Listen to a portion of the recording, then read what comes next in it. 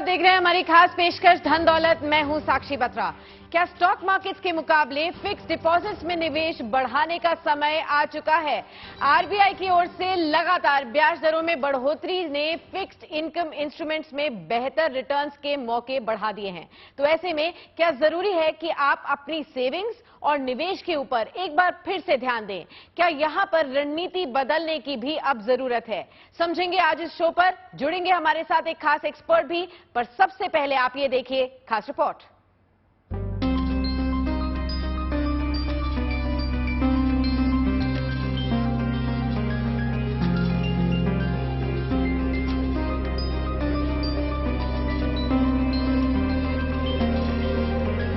एक ओर बढ़ता कर्ज लोगों को दर्द दे रहा है, वहीं दूसरी ओर शेयर बाजार का रिटर्न भी इन दिनों महंगाई को मात देने में नाकाम दिख रहा है। बावजूद इसके आपके पैसे को पंख देने का सुनहरा मौका आ गया है। वो कैसे, ये बताएंगे आपको, लेकिन उसके पहले जान लीजिए कि पिछले साल निफ्टी ने महज 4.33% का रिटर्न दिया, जो कि महंगाई दर को बीट करने में नाकाम रहा। वहीं लगातार आरबीआई की ओर से नीतिगत रेपो रेट में बढ़ोतरी महंगे लोन से राहत की उम्मीद कम कर लोगों को झटका देने की तैयारी कर रहा है। भारतीय रिजर्व बैंक यानी आरबीआई फिर एक बार अपनी नीतिगत रेपो दर में बढ़ोतरी कर सकती है। हाल ही में आरबीआई ने 8 फरवरी को रेपो रेट में 25 बेसिस पॉइंट की बढ़ोतरी की थी। साथ ही आने वाले महीनों में इसे और बढ़ाने की गुंजाइश को छोड़ रखा है। आसान शब्दों में कहें तो अभी बैंक से कर्ज पर ब्याज का बोझ और बढ़ सकता है। लिहाजा कर्ज के बोझ को कम करने के लिए ऐसे विकल्प की जरूरत है जो आपकी जेब को सही सलामत रखे, साथ ही बाजार के जोखिम को कम करे। निवेशक पोस्ट ऑफिस टाइम डिपॉजिट में निवेश कर सकते हैं। इसमें 1 और 3 साल तक के टाइम डिपॉजिट पर 7% की दर से ब्याज का फायदा मिलता है। आजकल बैंक में फिक्स्ड डिपॉजिट पर भी बढ़िया रिटर्न मिल रहा है। कई बैंक अपने सीनियर सिटीजन कस्टमर्स को 8% तक ब्याज ऑफर कर रहे हैं। 2023 के आम बजट में सीनियर सिटीजन स्कीम में डिपॉजिट लिमिट को 15 लाख रुपए से बढ़ाकर 30 लाख रुपए कर दिया गया। वहीं पोस्ट ऑफिस की मंथली इनकम स्कीम में निवेश करने पर सालाना 7.1% के हिसाब से रिटर्न मिलेगा। मंथली इनकम स्कीम में लॉक इन पीरियड 5 साल रखा गया है। किसान विकास पत्र में 7.2% तक ब्याज मिलता है। ये महज 124 महीने के निवेश पर पैसा दोगुना कर देगा। इसी के साथ नेशनल सेविंग सर्टिफिकेट यानी एनएससी का इंटरेस्ट रेट 6.8% से बढ़ाकर 7% कर दिया गया है। एनएससी को न्यूनतम 1,000 रुपए में खरीदा जा सकता है और अधिकतम निवेश की कोई सीमा तय नहीं की गई है।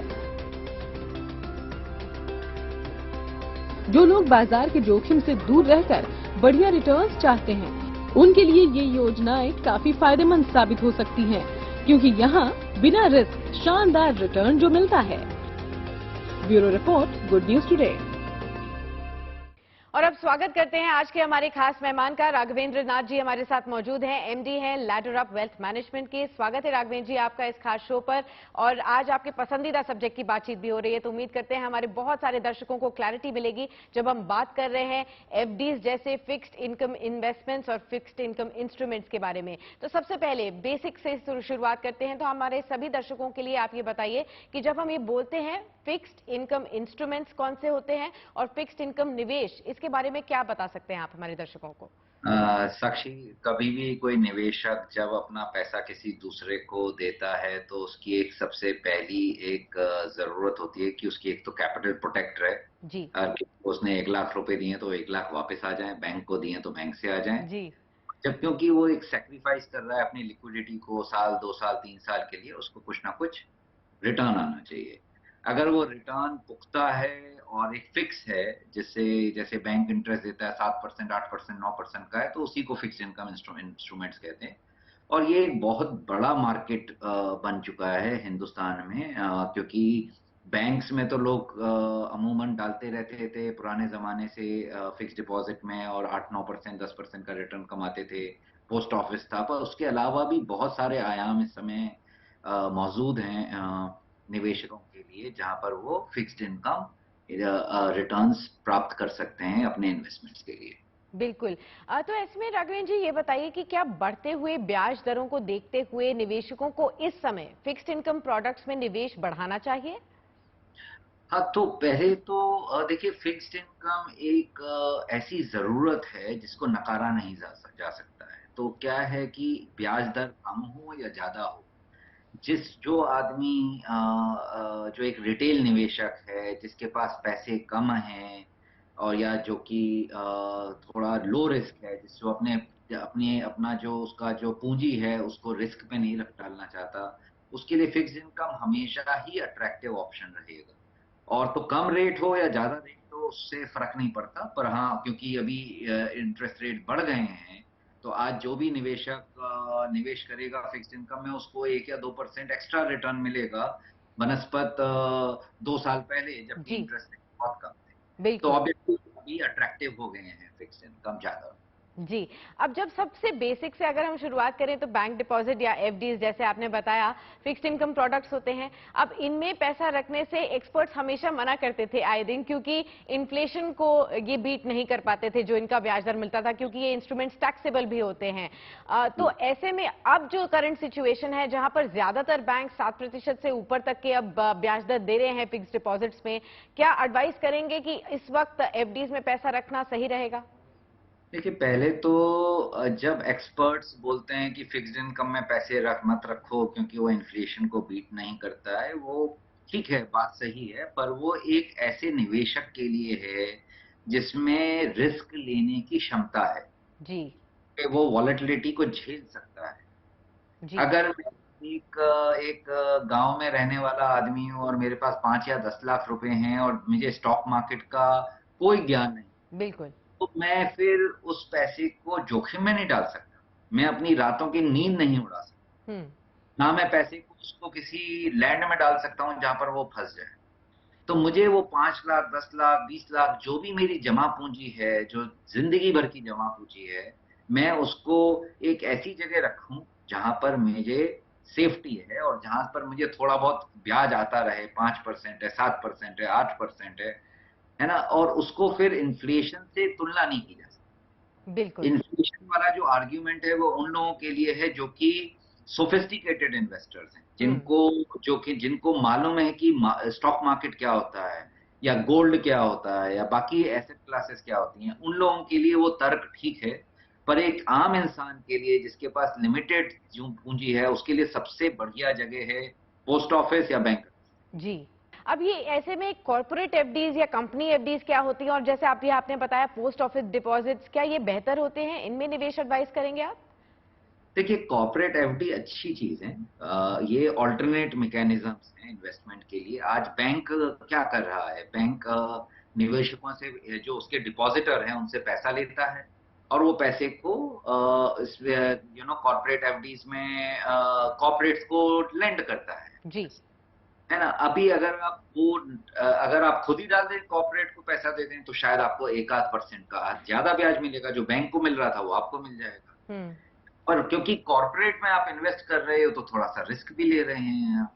तो हम्म। इसलिए जो भी कॉर्पोरेट एफडी अच्छी चीज़ है, पर उसमें थोड़ी समझदारी की ज़रूरत है, क्योंकि आपको ये देखना है कि कॉर्पोरेट की स्टैंडिंग क्या है, उसकी क्रेडिट रेटिंग क्या है, उसकी लिक्विडिटी क्या है। तो वो बिना किसी एक एडवाइज़र, एक सलाहकार के उसमें इन्वेस्ट करना समझदारी नहीं। ठीक है। राघवेल जी, आप बने रहिए हमारे साथ। फिलहाल अपने दर्शकों को ये बताते हैं कि अगर वे अभी मौजूदा ब्याज दरों का फायदा उठाना चाहते हैं, तो किन बैंक्स पे सबसे ज्यादा एफडी के रिटर्न्स मिल रहे हैं। तो बैंक बाजार ने हाल ही में सभी सरकारी banks, private banks, small finance banks, foreign banks और कोऑपरेटिव बैंक्स के एफडी रेट्स को स्कैन किया, और उसी डेटा के बेसिस पर हमने आपके लिए कुछ एक डेटा पॉइंट्स आपके सामने रखने की कोशिश की है। बेस्ट बैंक्स और खासतौर पर करंट एफडी रेट्स जो है, इनको हमने ध्यान में रखकर एक डेटा निकाला है, जिनमें कुछ खास बातें सामने आई हैं। पहली बात ये सामने आई है कि ज्यादातर सभी बैंक्स इस वक्त आपको 7% से ज्यादा का एफडी रिटर्न ऑफर कर रहे हैं। दूसरी बात सामने आई है कि स्मॉल फाइनेंस बैंक्स और कंपनी एफडीज में बेहतर रिटर्न्स इस वक्त आपको मिल रहे हैं। तीसरी बात ये सामने आई है कि 1 से लेकर 3 साल तक के टेन्योर्स में आपको सबसे बेहतर रिटर्न्स इस वक्त देखने को मिल रहे हैं। अब आपको रेट्स बताते हैं। प्राइवेट बैंक्स में अगर आप देखें तो बंधन बैंक, तमिलनाडु मर्केंटाइल बैंक और डीसीबी बैंक आपको 8.5% तक के एफडी रेट्स दे रहे हैं, खासतौर पर सीनियर सिटीजन के लिए जो प्राइवेट बैंक्स में सबसे ज्यादा है। अब सरकारी बैंकों में अगर आप देखें तो टॉप 3 बैंक्स हैं Punjab and Sind bank, central bank of India और यूनियन बैंक, जहां पर 7.8% से लेकर 8.5% तक के रेट्स सीनियर सिटीजन्स को देखने को मिल रहे हैं। हालांकि स्मॉल फाइनेंस बैंक्स में, खासतौर पर यूनिटी स्मॉल फाइनेंस बैंक में रेगुलर डिपॉजिट्स के लिए 9% और सीनियर सिटीजन्स के लिए 9.5% तक का इंटरेस्ट आपको मिल रहा है एफडीज पर। तो ये तमाम डेटा पॉइंट्स आप ध्यान में रख सकते हैं। बैंक बाजार की वेबसाइट पर जाके और भी डिटेल्स जानकारी ले सकते हैं। राघवेंद्र जी के पास अब लौटते हैं जानने के लिए कि एफडीज को अब किस तरीके से आपको रणनीति यहां पर बनानी है। जैसे कि मैंने अभी कुछ डेटा पॉइंट सामने रखे थे राघवेंद्र जी, आपने भी देखा। फिलहाल दर्शकों को क्या आप बताएंगे कि इन मौजूदा रेट्स पर, ब्याज दरों पर क्या फिक्स डिपॉजिट्स को लॉक कर देना चाहिए या फिर अभी भी ऐसा लगता है कि आगे जाते हुए एफडी के रेट्स और बढ़ सकते हैं? आपकी तरफ से राय क्या रहेगी? देखिए, आरबीआई ने पिछले करीब 1.5 साल में 2.5% से इंटरेस्ट रेट को बढ़ाया है ना। जो रेपो रेट, जो आरबीआई जिस रेट पर बैंक्स को लेंड करता है पैसा अपना, वो 4% होता था, अभी वो 6.5% बन गया है। और दुनिया भर में भी सारे जितने सेंट्रल बैंक्स हैं आरबीआई की तरीके से, वो भी रेट्स बढ़ा रहे हैं। तो उम्मीद ऐसा लग रहा है कि अगले 6 महीने में शायद 0.5% रेट और बढ़ सकते हैं। पर उसके बाद बढ़ने की उम्मीद थोड़ी कम लगती है, क्योंकि अब जैसे जैसे इंटरेस्ट रेट्स मार्केट में बढ़ते हैं तो इकोनॉमी की जो ग्रोथ की दर है उस पर इम्पैक्ट पड़ता है। और आज भारत जैसा तो जो देश है, जो बड़ा देश है और इमर्जिंग है और अभी भी डेवलपिंग देश है, डेवलप्ड नहीं है, उसको हाई ग्रोथ रेट्स की जरूरत है। इन्फ्लेशन तो थोड़ा बहुत चलता है पर ग्रोथ अच्छी रहनी चाहिए। तो आरबीआई ये नहीं चाहेगा कि ग्रोथ पर इम्पैक्ट हो। तो मेरे ख्याल से इंटरेस्ट रेट्स जो मौजूदा हैं, जो बैंक्स ऑफर कर रहे हैं, इससे मे बी 0.25 या 0.5% एक्स्ट्रा मिल जाएगा, पर उससे ज्यादा नहीं मिलेगा। तो इन्वेस्टर्स के पास अगर आज लिक्विडिटी है तो उन रेट्स को लॉक करने में समझदार है। ठीक है।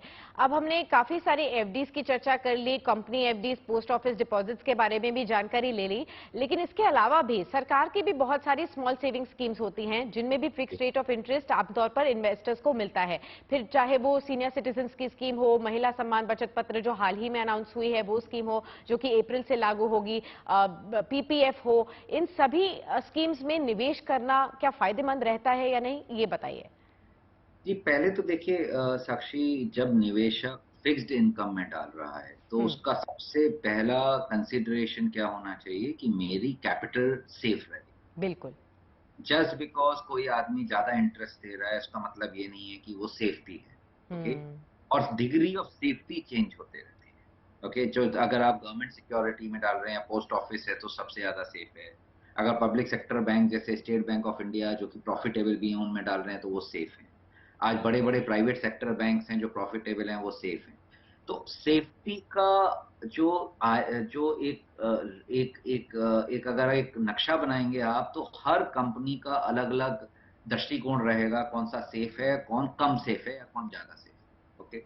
तो पोस्ट ऑफिस जो है, क्योंकि क्वाजी गवर्नमेंट है, सरकार डायरेक्टली बोरो कर रही है, पोस्ट ऑफिस जो है सेंट्रल गवर्नमेंट के अधीन आता है, तो इसलिए वो गवर्नमेंट सिक्योरिटी के मुकाबले ही सेफ माना जाता है।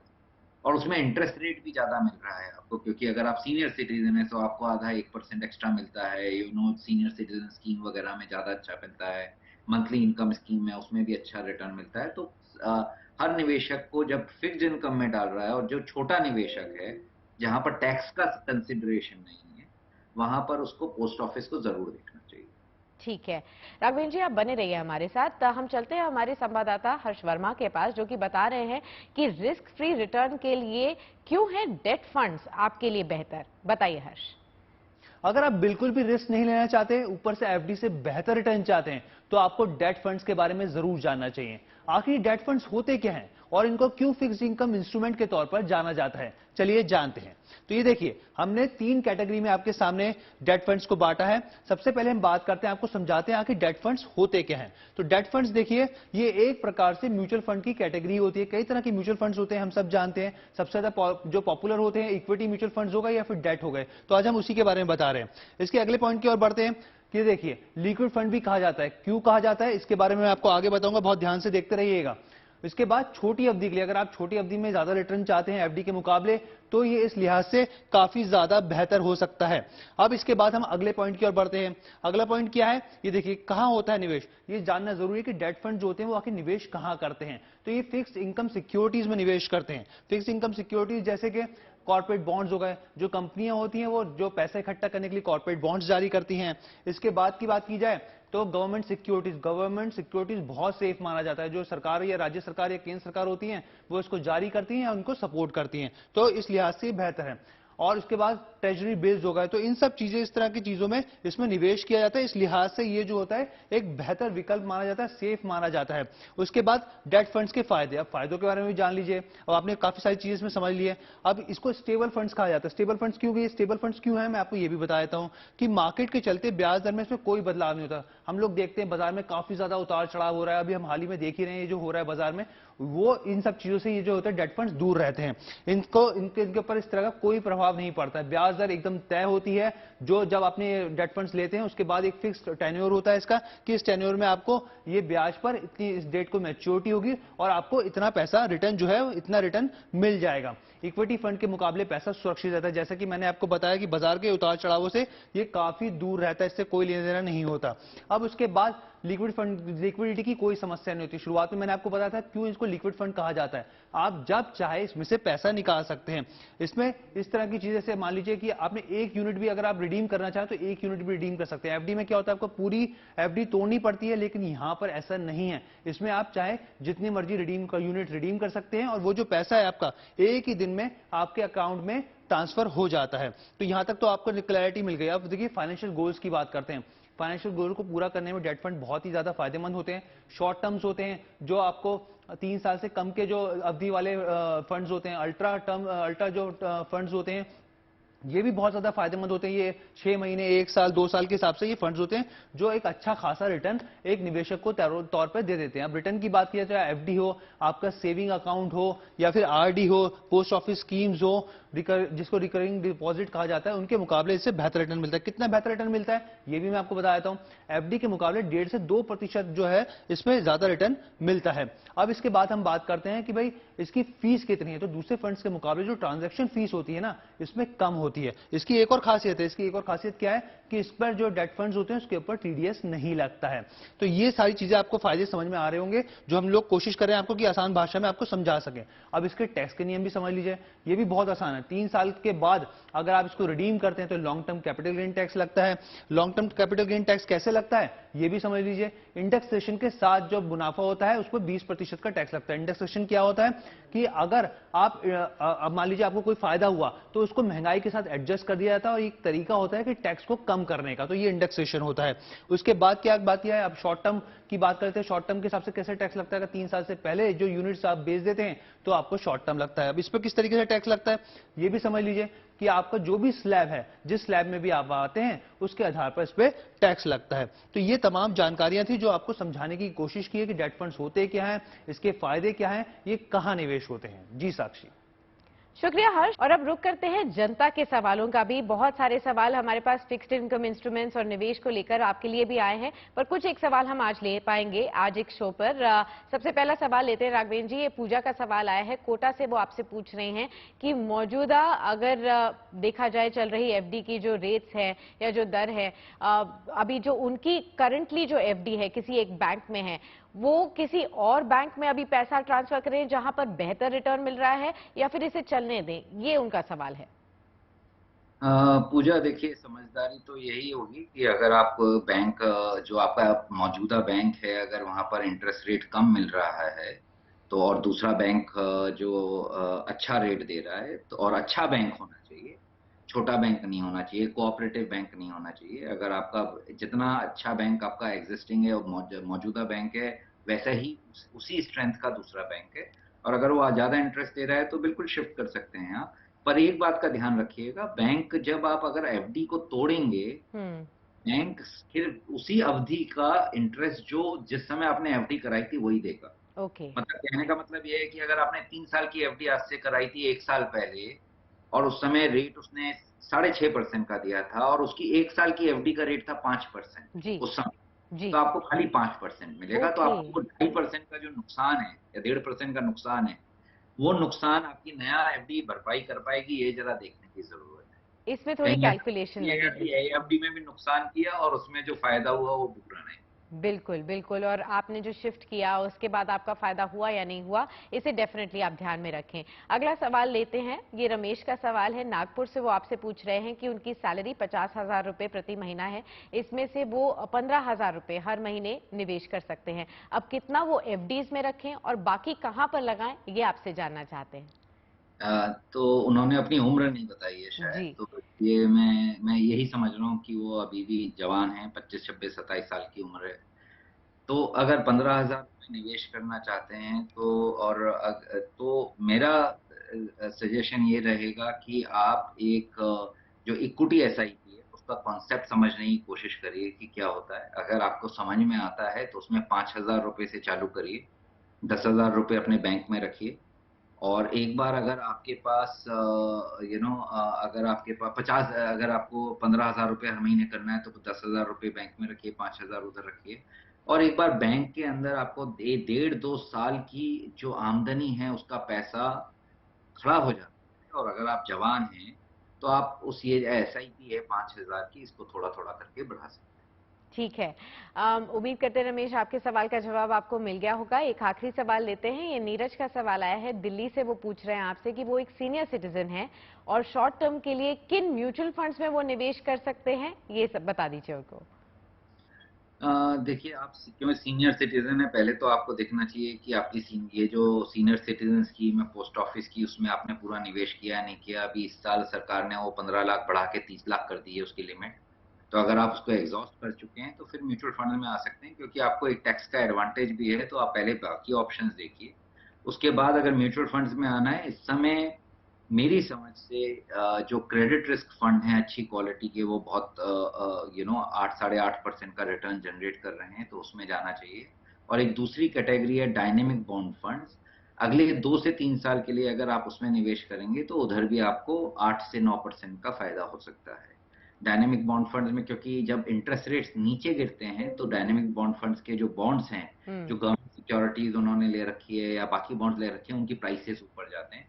और क्योंकि मेरी एक ऐसी पर्सनल एक ओपिनियन है कि 6 महीने के बाद इंटरेस्ट रेट्स पर पॉज आ जाएगा, सरकार आरबीआई और नहीं बढ़ाएगी, उसके बाद गिरने चालू होंगे। तो जब गिरेंगे इंटरेस्ट रेट तो आपका रेट ऑफ रिटर्न बढ़ जाएगा। तो आप 2 से 3 साल के लिए अगर आप सोच रहे हैं डालने की, तो डायनेमिक बॉन्ड फंड एक बहुत उम्दा ऑप्शन।